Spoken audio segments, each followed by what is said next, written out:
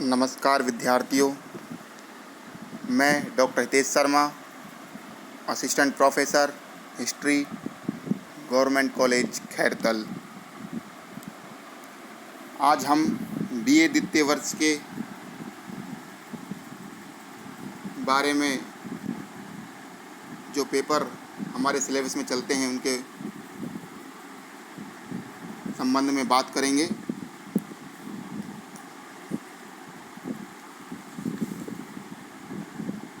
द्वितीय वर्ष में जिस प्रकार प्रथम वर्ष में इतिहास में 2 पेपर थे, उसी प्रकार द्वितीय वर्ष में भी 2 ही पेपर चलते हैं। इसमें प्रथम पेपर है मध्यकालीन भारत का इतिहास, जो कि 1200 ईस्वी से लेकर 1761 ईस्वी तक है। History of medieval India. तो ये तो हमारा है पहला पेपर। दूसरा पेपर है भारत के सांस्कृतिक इतिहास की मुख्य प्रवृत्तियाँ, main trends in the cultural history of India.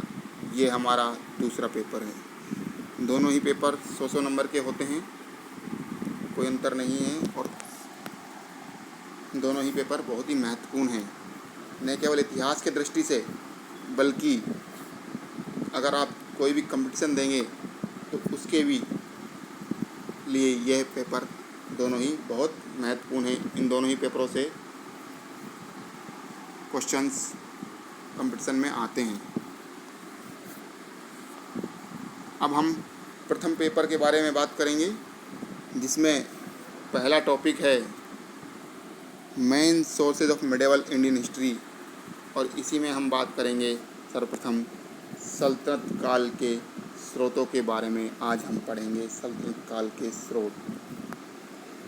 जिस प्रकार से हमने बीए प्रथम वर्ष में पढ़ा था कि प्राचीन भारत को इतिहास को जानने के लिए हमने कितने स्रोतों के बारे में पढ़ा था? 3 स्रोतों के बारे में पढ़ा था मुख्यतः। उसमें पहला था पुरातात्विक स्रोत, दूसरा था साहित्यिक स्रोत, और तीसरा था विदेशी यात्रियों के वृत्तांत। मध्यकाल में भी ये तीनों ही प्रकार के स्रोत हमें मिलते हैं, लेकिन जिस प्रकार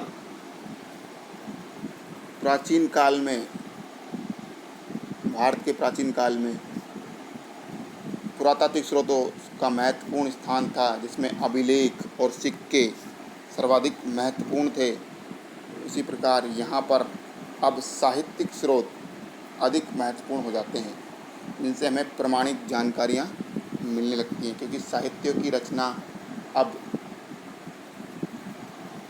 बहुतायत से होने लगी थी। इसलिए तो हम बात करें अब सल्तनत कालीन स्रोतों के बारे में, तो हम देखेंगे कि सल्तनत काल के जो स्रोत हैं वह हमें अरबी, फारसी, हिंदी, संस्कृत, उर्दू इत्यादि भाषाओं में लिखे हुए मिलते हैं।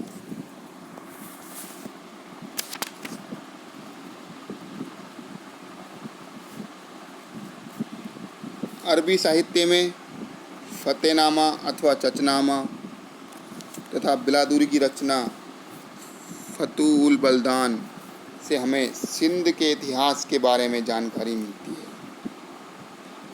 इसी प्रकार कल्हण की राजतरंगिणी से हमें कश्मीर का इतिहास जानने को मिलता है। राजतरंगिणी संस्कृत का एकमात्र उपलब्ध ऐतिहासिक ग्रंथ है।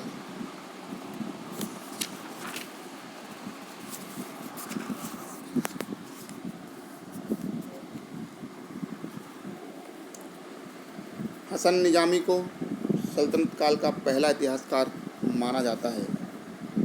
यह कुतुबुद्दीन ऐबक व इल्तुतमिश का समकालीन था। इसने अपनी रचना ताजुल मासिर, जो कि फ़ारसी भाषा में लिखी गई थी, में 1191 ईस्वी से लेकर 1217 ईस्वी तक के इतिहास का वर्णन किया है।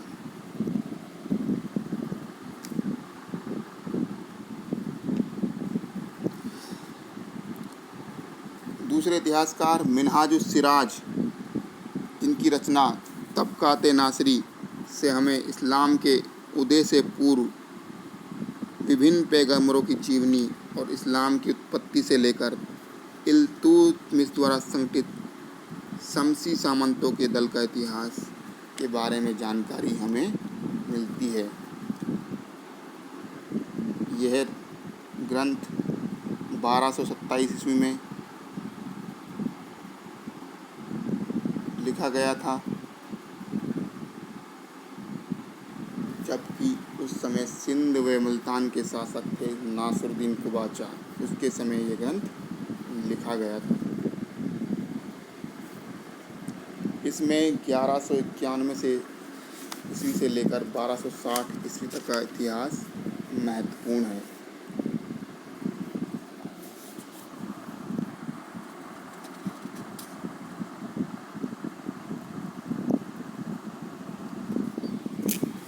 इसके बाद हम आते हैं अमीर खुसरो, जिन्हें कि सल्तनत काल का महत्वपूर्ण इतिहासकार या साहित्यकार माना जाता है।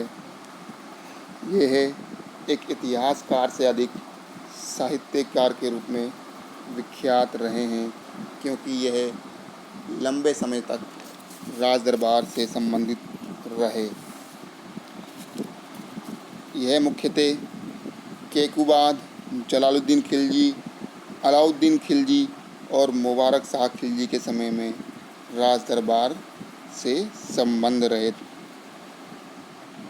इन्होंने अनेकों ग्रंथों की रचना की, जिसमें महत्वपूर्ण हैं किरान उस सदाइन, खजाइन उल फुतूह, मिफ्ता उल फुतूह, देवल रानी खिज्र खां, नूह सिपयार और तुगलक नामा। किरान उस सदान में इन्होंने बुगरा खां और उसके बेटे केकुबाद के मिलन के दृश्य के अतिरिक्त शाही दरबार, अमीरों और राजकीय पदाधिकारियों के जीवन का एक दिलचस्प वर्णन इसमें किया है। मिफ्ता उल फुतूह में इन्होंने जलालुद्दीन खिलजी के सैनिक अभियानों एवं राजनीतिक घटनाओं का उल्लेख किया है, जबकि खजाइन उल फुतूह, जिसे तारीख़-ए-अलाई भी कहा जाता है, में अलाउद्दीन खिलजी के शासन के आरंभिक वर्षों का सुंदर चित्रण इसमें इन्होंने किया है। इसमें इन्होंने उनके सैनिक अभियानों तथा मलिक काफूर के दक्कन के अभियानों, सैन्य संगठन, भौगोलिक महत्व की अनेक जानकारियाँ हमें दी हैं। यही इस रचना का महत्व इसलिए अधिक होता है क्योंकि यही एकमात्र ग्रंथ है जिसमें अलाउद्दीन की समसामयिक विवरण का वर्णन हमें मिलता है।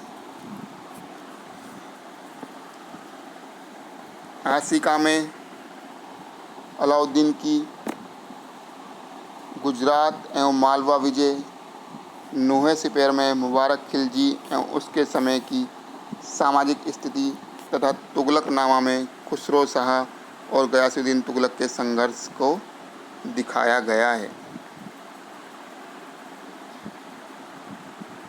तुगलकनामा तुगलक वंश के इतिहास का एक बहुमूल्य स्रोत है, जिसमें गयासुद्दीन तुगलक द्वारा खुसरो खां के दमन और सत्ता की स्थापना की परिस्थितियां विशेष राजनीतिक महत्व की दर्शाई गई हैं।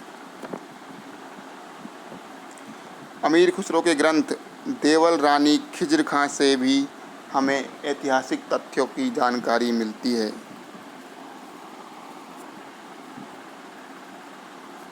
इसमें अलाउद्दीन के पुत्र खिज्र खां और गुजरात के शासक कर्णदेव की पुत्री देवल रानी की प्रेम कथा वर्णित है।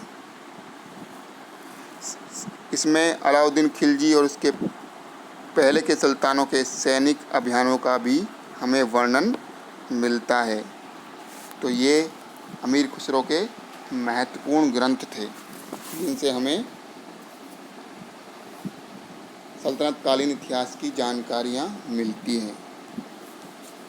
सितार का आविष्कार भी अमीर खुसरो के द्वारा ही किया गया था। यह सितार का आविष्कार अमीर खुसरो ने भारतीय वीणा और तंबूरे को मिलाकर बनाया था। पहली बार कव्वालियों की रचना का श्रेय भी अमीर खुसरो को ही दिया जाता है और उर्दू में रचना का श्रेय भी अमीर खुसरो को ही दिया गया है।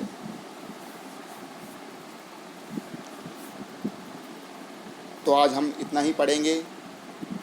कल हम इससे आगे पढ़ेंगे, जिसमें हम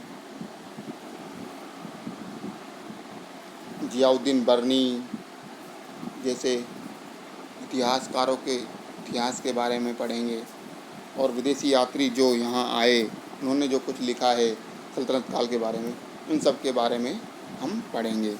धन्यवाद विद्यार्थियों।